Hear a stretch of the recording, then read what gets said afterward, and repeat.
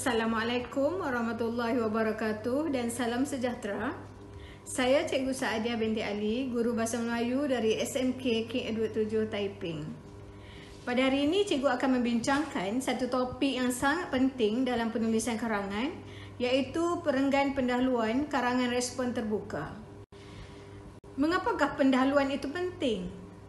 Pendahuluan merupakan komponen penting dalam struktur karangan. Dalam penulisan karangan, perenggan pendahuluan boleh dianalogikan seperti penampilan diri seseorang. Perawakan yang menarik akan mempengaruhi minat orang lain dan memberikan impak terhadap penilaian seseorang. Oleh sebab itu, perenggan pendahuluan berupaya memberikan kesan pertama kepada pembaca terhadap keseluruhan karangan yang ditulis. Terdapat pelbagai fungsi pendahuluan karangan. Antaranya termasuklah pendahuluan adalah untuk memperkenalkan tajuk karangan berkaitan dengan kehendak soalan. Selain itu, pendahuluan karangan juga dapat menarik minat pembaca terhadap penulisan karangan.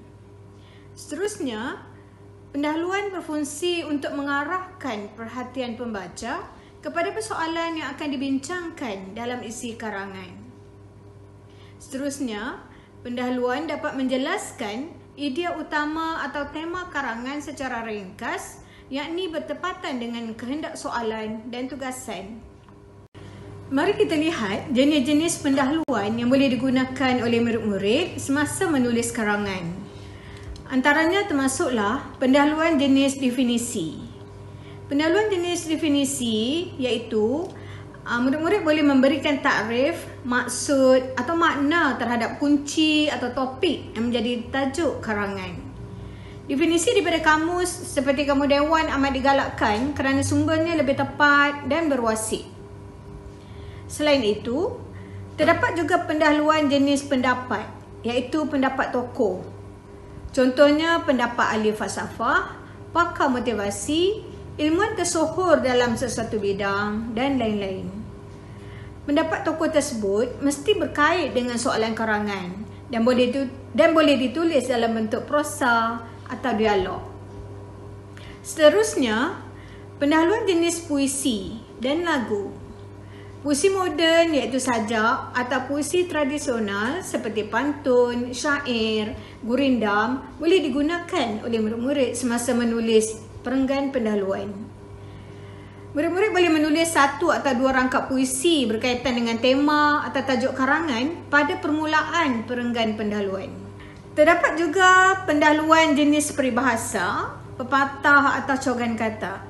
Pendahuluan jenis peribahasa, pepatah, cogan kata mesti berkait dengan tajuk atau kata kunci soalan. Dalam konteks ini, murid-murid mesti mengetahui dan memahami maksud peribahasa atau cogan kata tersebut. Terdapat pelbagai teknik untuk menulis perenggan pendahuluan.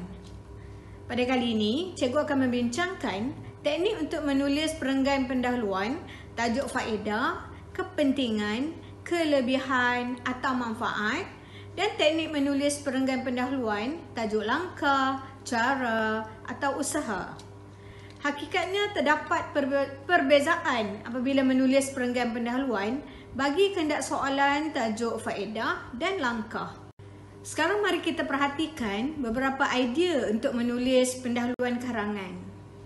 Ayat pertama pendahuluan yang boleh ditulis ialah kaitkan tema atau tajuk karangan dengan dunia sekiranya isu tersebut relevan di peringkat dunia. Seterusnya, nyatakan isu semasa yang berkaitan dengan tajuk karangan. Kemukakan contoh dan bukti sama ada berbentuk fakta atau secara umum. Kemudian, buat perkaitan dengan sejarah sekiranya isu tersebut mempunyai sejarah tersendiri. Bandingkan isu tersebut pada zaman dahulu dan kini jika relevan. Kemudian, jelaskan kesan kepada masyarakat dan negara sama ada kesan positif atau negatif bergantung kepada tajuk yang dibincangkan. Murid-murid juga boleh memasukkan kata-kata tokoh yang relevan dengan tajuk dalam penulisan pendahuluan. Selain itu, Kita juga boleh menggambarkan kepribadian seseorang tokoh yang berkaitan dengan isu yang dibincangkan.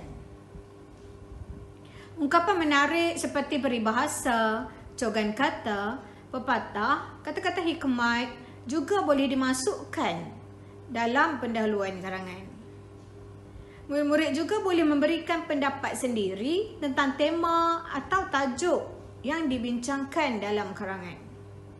Seterusnya, nyatakan aspirasi negara yang berkaitan dengan isu tersebut dan akhir sekali, perkenalkan tajuk karangan. Seterusnya, cikgu akan berikan satu contoh perenggan pendahuluan berdasarkan idea-idea yang telah dikemukakan sebentar tadi. Okay, soalannya ialah kepentingan amalan membaca.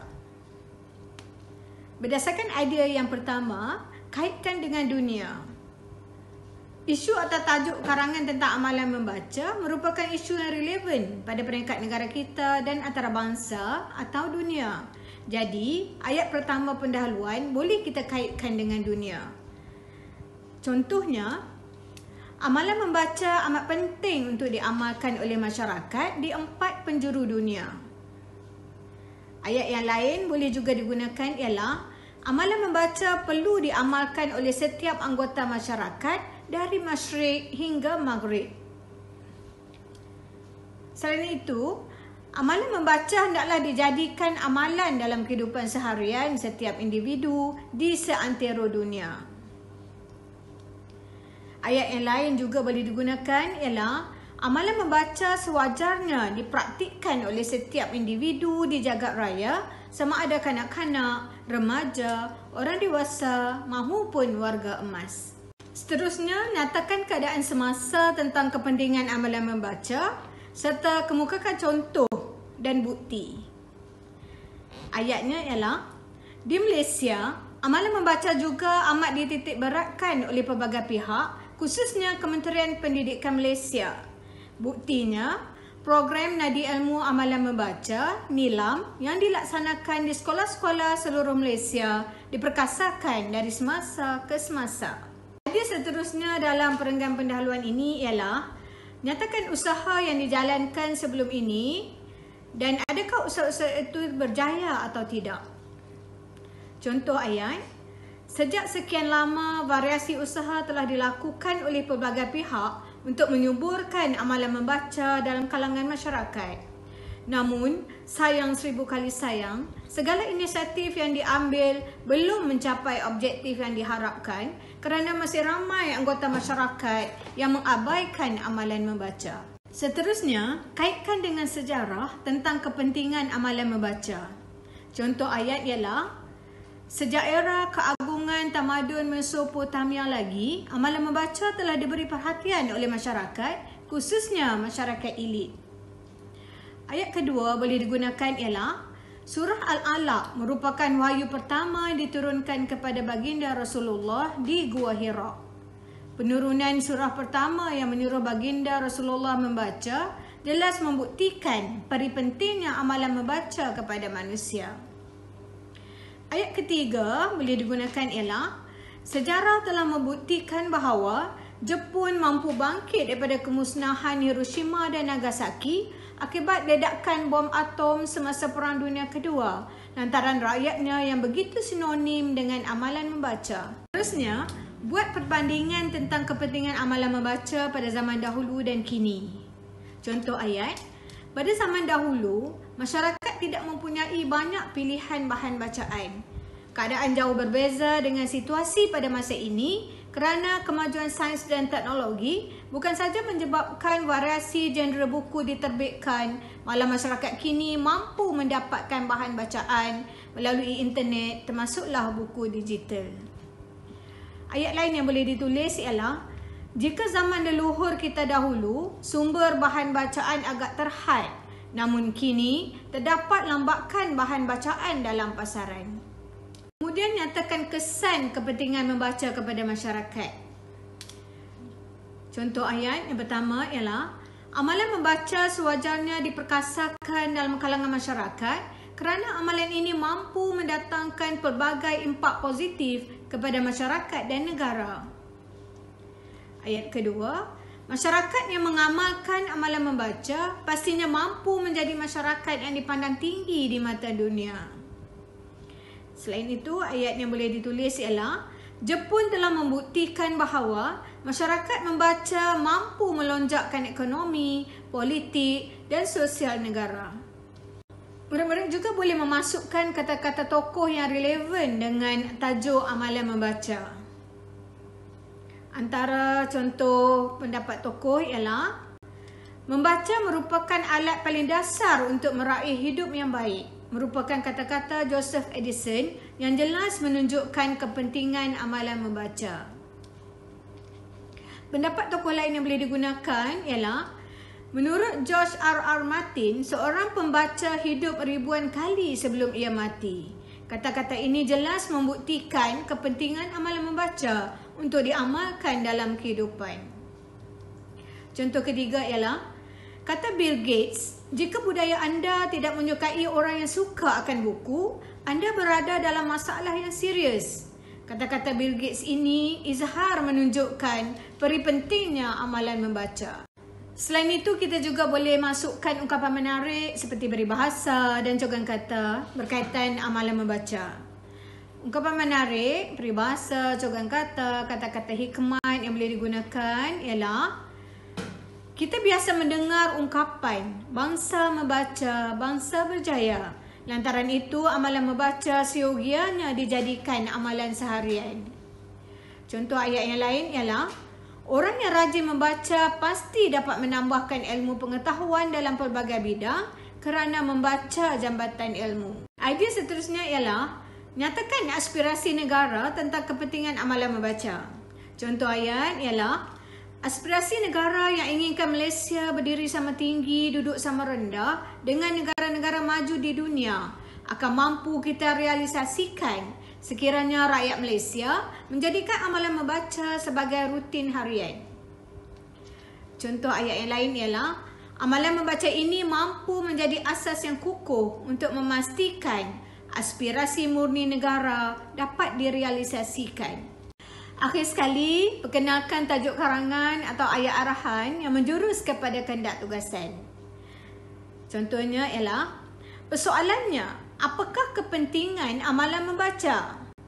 Lantaran itu, kepentingan amalan membaca sewajarnya dikenal pasti. Untuk menulis pendahuluan karangan respon terbuka, terdapat beberapa contoh susunan idea yang boleh digunakan oleh murid-murid.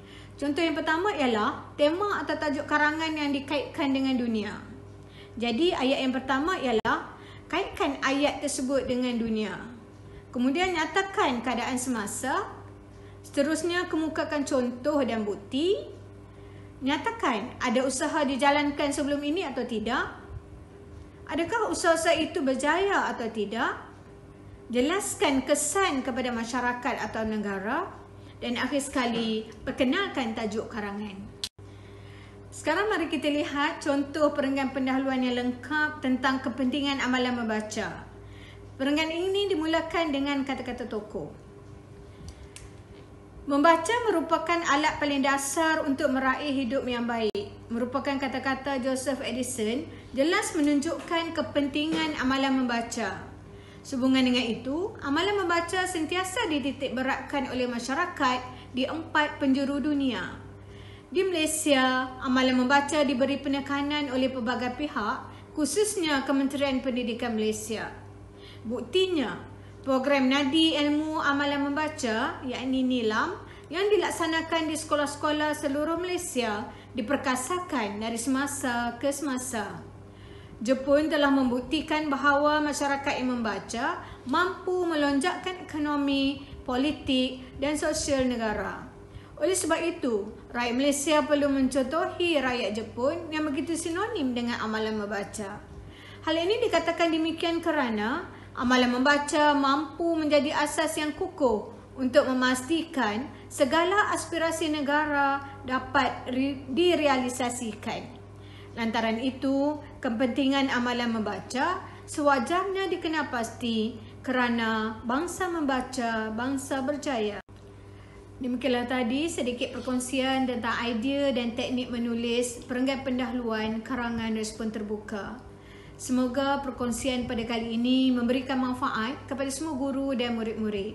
Semoga kita berjumpa lagi. Sekian, terima kasih.